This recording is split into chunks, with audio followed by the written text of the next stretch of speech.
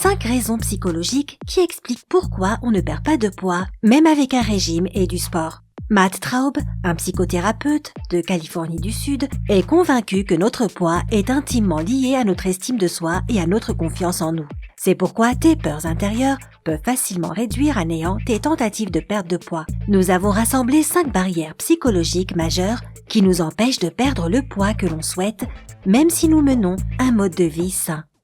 5.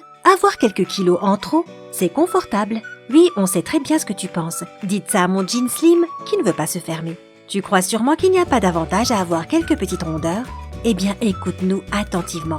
Combien de fois as-tu entendu les autres se plaindre d'être seuls, de travailler sans relâche, ou encore de ne pas trouver leur place dans ce monde? Et quelle en serait la raison selon eux? Je suis célibataire parce que je suis gros. Les entreprises n'embauchent qu'aux faciès. Je suis dans cette situation à cause de mon poids. C'est bien trop confortable de rejeter la faute sur notre surpoids. Réfléchis un peu. Si ton poids était plus dans la norme, il serait évident que la cause de tes problèmes serait cachée ailleurs. Bien sûr, personne ne veut se décevoir et c'est précisément pour cela que notre poids n'évolue pas, même si on fait du sport régulièrement. Notre subconscient nous en empêche. 4. Être en surpoids favorise la procrastination. Soyons honnêtes, la procrastination fait partie de la nature humaine. Es-tu en train de procrastiner quelque chose pendant que tu regardes cette vidéo? Cela te semble familier? Je le ferai demain. Bon, lundi, dernier délai. Après le nouvel an, c'est sûr.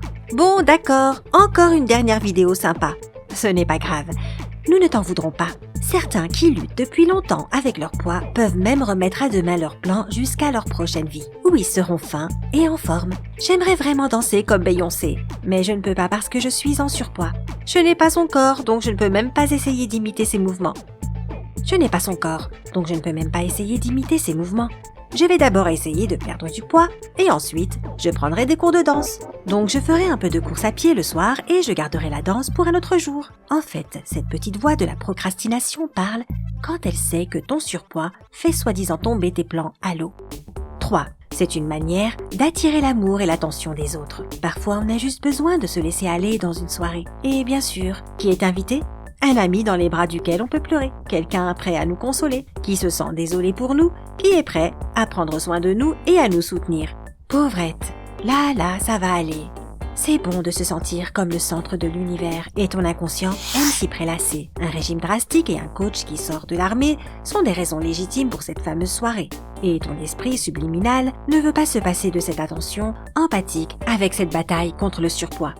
2. C'est un mécanisme contre le stress. T'es-tu déjà rendu compte que certaines personnes réagissent au stress en mangeant énormément, même s'ils sont au régime?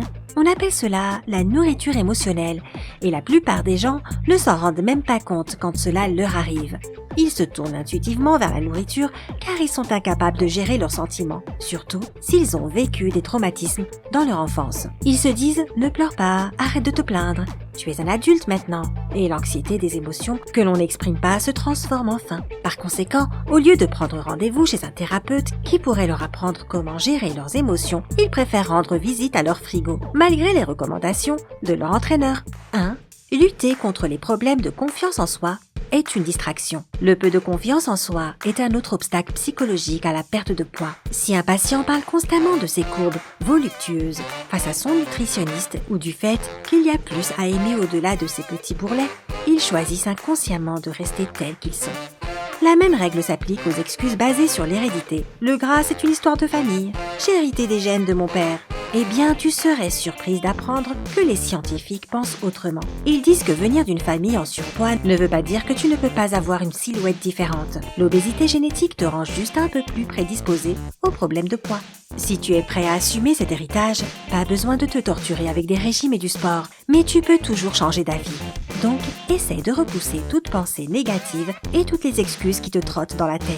Rappelle-toi de cette vidéo et souviens-toi que c'est ton subconscient qui essaye de t'embrouiller. Ne le laisse pas faire. Si tu veux réellement quelque chose, va droit au but et ne te retourne pas. Ces 5 raisons ne sont pas les seules qui t'empêcheront de perdre du poids. Nos peurs aussi entrent en compte. Regardons ensemble les craintes qui peuvent t'empêcher de perdre du poids malgré des habitudes de vie saines. La peur d'attirer l'attention malgré nous. Tu crois peut-être qu'avoir un peu de surpoids et du volume plus qu'il n'en faudrait autour de la taille sert de barrière entre toi et le monde extérieur, en te protégeant des situations ou des gens qui pourraient te faire sentir vulnérable. Par exemple, les remarques et sifflements que les femmes reçoivent seulement en marchant dans la rue leur fait se sentir mal à l'aise. Malheureusement, tous les hommes ne montrent pas le respect d'un gentleman et les commentaires qu'ils font peuvent être blessants, voire terrifiants.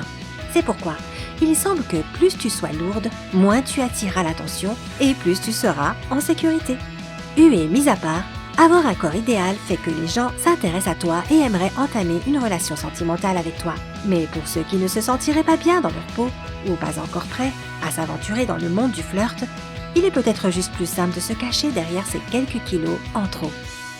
La peur d'échouer. Dans ce cas, tu te dis peut-être que ta vie prendra un tournant décisif aussitôt que tu auras perdu ce poids que tu méprises. Une fois que tu l'auras perdu, tu trouveras l'amour de ta vie.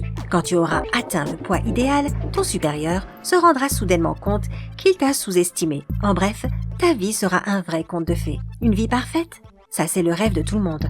Mais aussi une véritable déception si cela ne se passe pas comme prévu. Mais qu'en est-il si tu ne peux pas perdre de poids? Tu seras dévasté. La capacité de réaliser tant de belles choses, mais croire que le succès dépend de ta capacité à perdre du poids, c'est plutôt effrayant. Nous, on y panique rien qu'en y pensant. Et qu'en est-il de ceux qui parviennent à perdre du poids? Eh bien des individus ont peur qu'après avoir connu le succès et avoir perdu du poids, ce dernier ne revienne. Ils pourraient perdre tout ce pourquoi ils ont travaillé si dur, et aux yeux de leurs amis et de leurs collègues, ils auront l'impression d'avoir échoué lamentablement.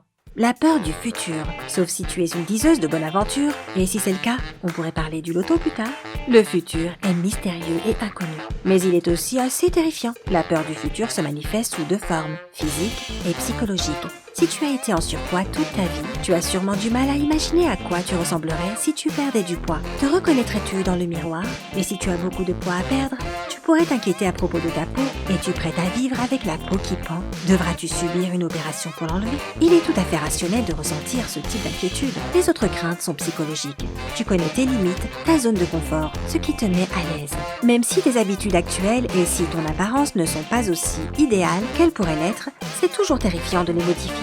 De plus, ne pas savoir à quel point ta vie pourrait changer suite à une perte de poids importante peut causer beaucoup d'anxiété. La peur de voir ses relations changer. Les gens que tu croises tous les jours dans ta vie ont une image de toi intrinsèque à ton apparence. Si tu perds beaucoup de poids, tu modifies l'image qu'ils ont de toi. Ils te voient à tort ou à raison à travers ton poids. Et quant à tes amis qui luttent aussi pour garder la ligne, ils pourraient se sentir trahis, voire jaloux, s'ils ne s'en sortent pas aussi bien que toi. Bien entendu, tes amis t'aiment sincèrement et seront très heureux de te voir atteindre ton but. Mais la peur de ne pas être accepté peut subsister dans ton inconscient. Et nous n'avons pas dit que toutes les peurs étaient rationnelles. La peur de dire au revoir au confort. Manger est un mécanisme de défense psychologique. Si tu as des problèmes chez toi, si tu vis une épreuve difficile dans ta vie personnelle, ou encore si le climat n'est pas au top, tu prends une petite sucrerie pour te réconforter. Certains disent que manger aide à calmer l'anxiété et la dépression. Mais pourquoi est-ce comme cela au juste? Malheureusement, il est extrêmement difficile de se débarrasser de cette mauvaise habitude. Surtout parce que notre surpoids nous donne une excuse parfaite pour rester à la maison et se tenir loin de tous ces drames et de la pression du monde extérieur. Connais-tu d'autres exemples expliquant pourquoi nos réactions psychologiques nous empêchent de perdre du poids? Peut-être as-tu toi-même une histoire à raconter? Partage-la dans les commentaires ci-dessous. Si cette vidéo t'a été utile, fais-le nous savoir avec un j'aime et rappelle-toi de t'abonner sur notre chaîne. Tu y trouveras tellement de choses sympas.